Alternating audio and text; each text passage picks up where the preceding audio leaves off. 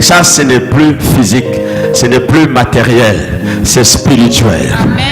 Un serpent vient de sortir à la base, n'est-ce pas, d'un simple bâton. Oh, Moïse fouille parce que c'était un serpent venimeux. Dieu lui a dit ne fouille pas. Attrape-le par, écoute bien, attrape-le par la queue, non par la tête, parce qu'il y avait le venin. Il attrape par la queue, paf, ça redevient son bâton. Dieu lui a dit, j'ai mis une puissance là. Moïse n'était toujours pas convaincu. C'est pourquoi parfois il ne faut pas affronter le sorcier si tu n'es pas armé. Si tu n'es pas armé, demande le renfort à l'église. Qu'on vienne t'aider dans ces combats-là. Parce qu'il y a des sorciers qui ont tué certains chrétiens. Je ne peux pas le cacher. Amen. Amen. Dieu lui dit, prends ta main, mets sous l'épaule, sous l'aisselle. Il met, quand tu sors comme ça, c'est couvert, n'est-ce pas, de la lèpre. Dieu lui a dit, en toi j'ai mis le pouvoir de déclencher des calamités, de ceci, de maladies. Alors remets la main, il remet. La main est guérie. C'est comme ça que Moïse descend chez Pharaon. Il arrive chez Pharaon, il dit à Pharaon, laisse mon peuple. Écoutez ce que Moïse avait dit. Laisse le peuple d'Israël aller à la montagne pour 3 jours seulement. Au départ, Moïse ne demandait même pas de sortir du pays. Laisse le peuple aller 3 jours pour aller célébrer une fête. Aller célébrer une fête en l'honneur de l'Éternel. La fête, c'est que c'est un temps de joie. Mes amis, combien beaucoup de personnes on leur a privé de leur joie. On a privé beaucoup de personnes de la joie de bien vivre, de se retrouver dans des bonnes entreprises, de se retrouver avec leurs enfants, de se retrouver dans leur mariage, de se retrouver comme les autres que l'on voit. On t'a privé de la joie. On a privé ta vie d'une fête. Tu n'as jamais fêté. Même l'anniversaire, jamais. Tu n'as jamais fêté. Tu as souvent allé dans les fêtes des autres. Chez toi, jamais on a entendu une fête. Jamais. Quand il y a une fête, c'est chez les voisins. Et tu es souvent observateur de la fête des voisins. C'est pourquoi le jour où il y aura ta fête, tu vas te poser la question, on fait ça comment? Je n'ai jamais fêté. Chez nous, on n'a jamais fêté. Ça commence comment? Que la fête arrive chez toi au nom de Jésus. Que la fête arrive chez toi au nom de Jésus. On t'a privé de la joie. Ton cœur n'a jamais été gai. Tu as un cœur de combattant, de blessé de cœur, de sinistré. Parce qu'à chaque fois tu pleures. Mais Moïse a dit, laisse ce peuple, il a trop pleuré avec la corvée de fabriquer les briques tous les jours que des briques et sans salaire. Il mange une nourriture de misère. Laisse-lui 3 jours seulement d'aller festoyer. Mais pour toi, ça ne sera pas 3 jours. Ça sera pour l'éternité au nom de Jésus. Que Dieu amène le temps de fête dans ta vie. Si tu crois, tu dis amen bien. Combien de fois tu as travaillé pour les autres? Combien de fois tu as aidé les autres? Mais il faut que le temps arrive, le temps de ta vie. Le temps où on va s'occuper de ta robe aussi. Le temps où on va s'occuper de ton costume. Le temps où on va venir, n'est-ce pas, les chaises dans ta maison. Le temps où les autres vont venir, n'est-ce pas, mettre la moquette dans ta maison. Que ce temps arrive dans ta vie au nom de Jésus. Moïse a dit, laisse. Mais Pharaon avait 2 éléments. Jeannès et Jambres. C'était les sorciers de Pharaon. Ils ont dit, n'acceptez pas. N'acceptez pas. Et ils se sont opposés à Moïse. Ce n'est même pas Pharaon qui parlait. Ils ont dit à Moïse, mais qui est l'Éternel? Tu nous parles de l'Éternel. Il est où? Il est quoi? C'est quoi ton Dieu là? Combien de fois toi aussi on a parlé de ton Dieu de cette manière là? Oh, toi qui pries, tu vas à l'église tout le temps et c'est quoi qu'on voit chez toi? Combien de fois les ennemis nous ont, n'est-ce pas, critiqués comme ça? Même les sorciers nous ont critiqués comme ça. Ils ont dit à Moïse, non. Ils ont dit à Pharaon, ne laisse pas. Moïse a dit, écoutez, il ne faut pas induire Pharaon en erreur. Parce que si l'Éternel se fâche, c'est dangereux pour vous. Ils ont dit, qui est l'Éternel? Qui est l'Éternel? Mais qu'il agisse, non. Qu'il passe, non. Qui est l'Éternel? Et le Pharaon était là, il a dit, bon Moïse, prouve-moi que tu es toi aussi un grand, parce que tu as été élevé chez moi. Tu es un petit que je connaissais, qui était chez moi, qui mangeait chez moi. Mais non, parce que tu as grandi, tu as les muscles, tu veux te mesurer à moi. À base de quoi? Tu n'as pas une armée, tu n'as rien. Moïse lui dit, j'ai l'Éternel, le chef de toutes les armées du monde. Il est avec moi. Jean-Bresse et Jeannès ont commencé à rire. Kia. Combien de fois les sorciers se sont moqués de toi? Combien de fois ils se sont moqués, n'est-ce pas, de ta vie, de ta situation? Quand le malheur arrive, eux ils sont contents. Je te dis qu'à partir de ce soir, que le malheur change de camp au nom de Jésus.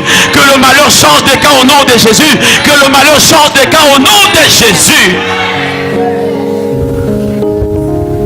Alors, Pharaon a dit bon.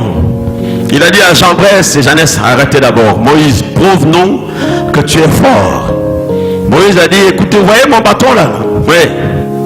Je vais le jeter par terre. Il va devenir un serpent pour que vous sachiez que Dieu est avec moi. C'est là où la guerre des esprits a commencé.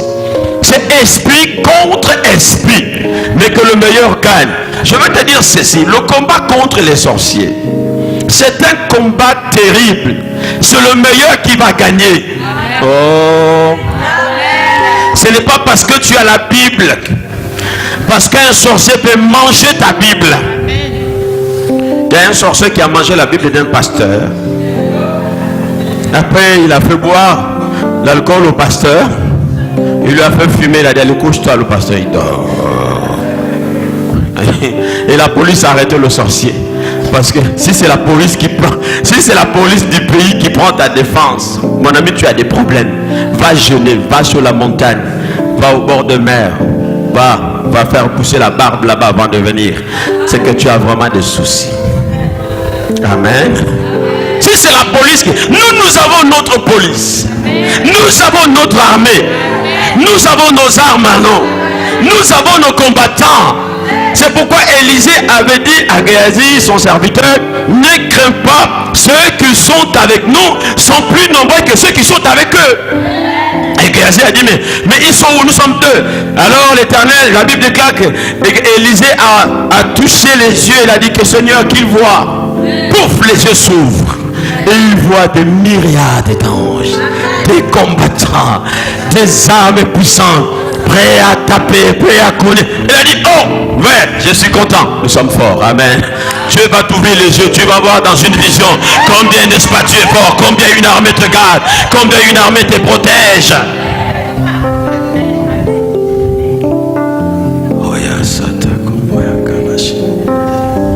Alléluia.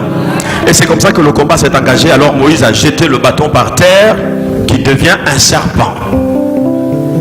Pharaon fuit, il dit, oh Moïse, je ne savais pas que tu étais comme ça. Écoute, il faut le sorcier de ta famille. Je vais te dire une chose. Il ne va pas arrêter. Parce que même vous l'avez insulté. Ou bien vous lui avez tiré les cheveux ou les oreilles. Ou bien vous avez même brûlé sa maison. J'ai vu ça dans un village, les gens sont fâchés à cause, peut-être qu'il y a un sorcier qui les dérangeait, ils ont brûlé sa maison, mais le malheur n'a pas cessé. Le sorcier ne veut pas s'arrêter. Il faut une frappe. Il faut une correction. Il faut qu'il vienne se mettre à genoux devant vous. Et vous le dites, allez, acceptez Jésus maintenant. Au nom de Jésus. Si tu le dis, si tu n'acceptes pas Jésus, tu meurs.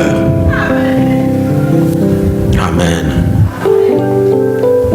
Et Jean-Bresse et Jeannès ont dit à Pharaon, ne crains pas, nous sommes capables de le faire nous aussi. Ils avaient plein de sorciers là tout autour. Alors ils ont dit, allez, sortez vos bâtons vous aussi. Ils avaient le pouvoir. Le sorcier a un pouvoir. Mais toi aussi tu as le pouvoir. La Bible déclare, les armes avec lesquelles nous combattons ne sont pas charnelles. Jésus a dit, ne craignez point, j'ai vaincu le monde. Nous adorons celui qui a vaincu le monde. Nous adorons celui qui est au-dessus de tout. Au-dessus de tous les esprits, et les esprits des vivants, et les esprits des morts, et les esprits de ceux qu'on voit, même les esprits de ceux-là qu'on ne voit pas. C'est comme ça que quand ils ont jeté leur bâton, vous connaissez l'histoire, la Bible dit que les sorciers là, eux aussi, ils ont sorti des serpents. Mais Dieu ne devait pas se laisser faire.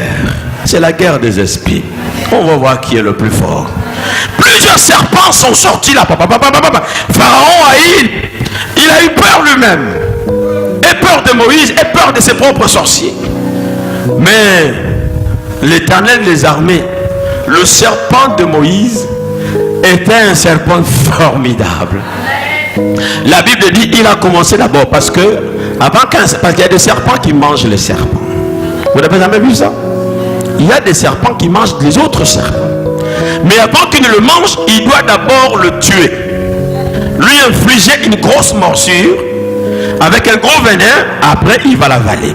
Regardez la scène. Combien de sorciers étaient là avec leurs bâtons qui se sont transformés en serpents? Mais le serpent de Moïse, seul contre tous, seul contre plusieurs, seul contre un groupe, il tue un premier serpent, il l'avale. Il tue un deuxième serpent, il l'avale. Il tue un troisième serpent, il l'avale. Il tue un quatrième, un cinquième, un sixième, jusqu'au dernier serpent. Il a tout avalé. Mais le serpent avec quel ventre, mon ami? Il a tout avalé. Alors Jambres et Jeannès, se regardant, ils ont été privés du bâton, de leur bâton magique, privés de leur serpent. Je déclare qu'à partir de ce soir, tu fasses priver un sorcier de tout son pouvoir au nom de Jésus. Tu lui arraches tout le pouvoir sur lequel, n'est-ce pas, il se base. Ils ont été privés de leur bâton. C'était une guerre des esprits. Dans le combat spirituel contre la magie, contre la sorcellerie, le problème se passe dans le monde spirituel. Et pour que tu remportes la victoire, tu dois te considérer comme un esprit. Si ce problème vient, je ne sais pas d'où, quand tu pries, vois-toi comme si tu es déjà ailleurs. Oh, amen. Tu vas te transporter jusque dans ton village là-bas. Tu fais le boulot, après tu reviens. Amen. Ce que tu vas dire pendant que tu pries, tu dis je rentre dans mon village, je rentre dans le village de ma femme, je rentre dans le village je ne sais pas de qui, même dans le village de mon voisin, je rentre parce qu'on ne sait pas, ça sort d'où, qui me touche, qui me frappe, est-ce que c'est mon ami qui est en face, est-ce que c'est mon voisin, est-ce que c'est celui à qui j'ai donné le tarot hier, je ne sais pas, mais je vais partout, je les frappe, je les détruis. La Bible dit ceci: celui qui appartient à l'Éternel, il est comme un lion ou comme une lionne qui sort, qui voit une proie, qui poursuit sa proie, qui ne revient pas sans avoir bu le sang de ses ennemis. C'est ce que dit la parole de Dieu. Nous infligeons une lourde défaite à nos ennemis et nous revenons. Et la Bible nous déclare, Jésus-Christ a dit dans Luc au chapitre 11, lorsque un homme fort garde ses biens, tout ce qu'il a est en sûreté. Mais si un plus fort que lui survint, il le frappe, il va prendre ses dépouilles. Ton argent est gardé chez quelqu'un, quelque part. Tu iras prendre ça. Tu iras prendre ça. Amen. Amen, amen, amen. J'ai soutenu un homme dans la prière. Il avait des problèmes d'argent. Il avait des problèmes d'argent. Il ne comprenait pas pourquoi à chaque fois. C'était un entrepreneur. Il fait le boulot. À chaque fois quand on arrive au moment où il faut qu'on le paye, c'est là que les problèmes commencent. C'est là que les problèmes commencent. C'est là que alors on a commencé à prier avec lui. On priait. Un jour, je lui ai dit, viens, on va prier. Nous allons prier ensemble, mais je veux qu'on aille jusque là où se trouve ton coffre-fort. Vois comme si ton coffre-fort est gardé quelque part. Et que ton argent est stocké là-bas et qu'il y a quelqu'un qui garde cet argent, qui ne veut pas que tu le tiennes à la main. on va prier, on va frapper celui qui détient ton coffre-fort et nous allons prendre le coffre-fort, nous revenons avec ton argent. Il a dit, d'accord, pasteur, on a prié, on a prié, on a déclaré des paroles, on marchait dans la salle, dans le salon, on marchait, on disait, voilà, je pars, je vais là-bas, je déclare, je récupère, C'était comme des fous. Quand on priait, on était comme des fous. Si tu étais là-bas, tu vas dire ça, on dirait, c'est pas des chrétiens. Amen. Parce qu'il y a une manière de prier, parce que parfois on est comme si on n'est plus chrétien. On est comme si on a perdu la tête. Et oui, parce que avec ces gens-là, les gens du monde ne comprennent pas les choses spirituelles. La Bible dit, l'homme charnel ne comprend pas les choses spirituelles.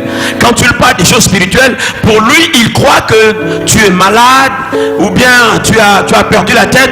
Vous voyez par exemple le jour où le Saint-Esprit est venu, le jour de Pentecôte, les chrétiens étaient réunis en train de prier. Tout d'un coup, la Bible déclare, des langues de feu sont descendues sur leur tête.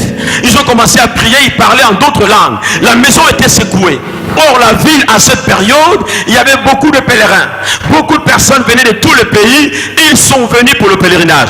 Ils ont entendu le bruit.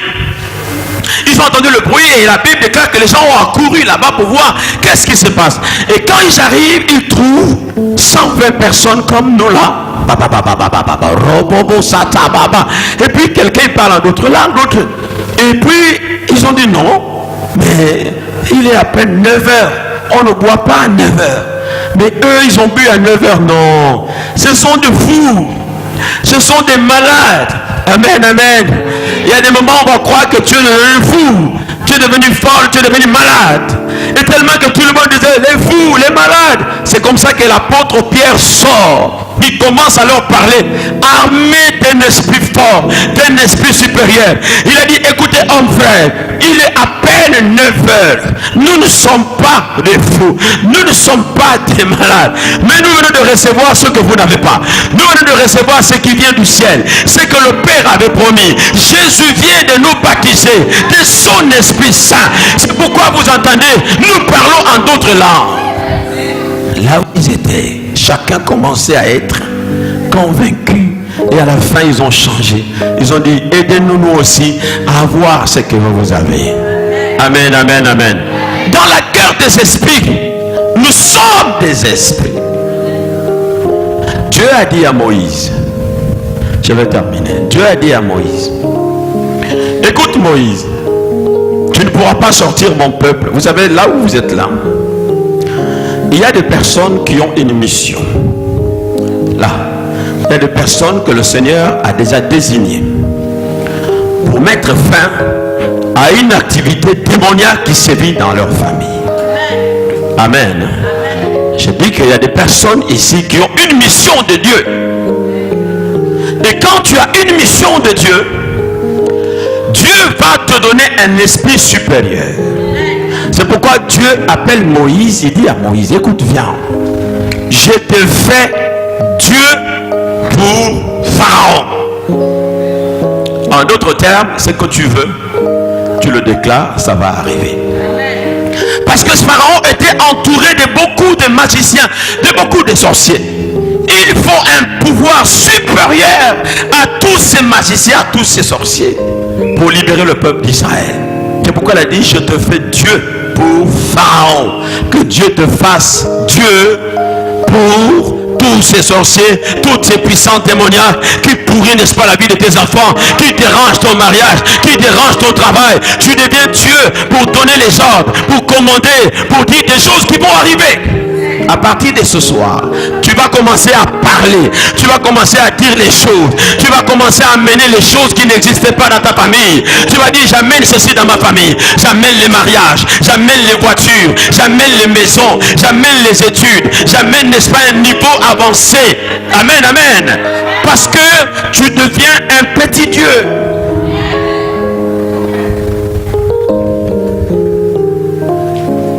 Avant que tu ne naisses, le sorcier là, il existait déjà. Et quand tu es né, il est même venu te rendre visite. Et il a regardé, il a dit, oh, un petit esprit. Amen.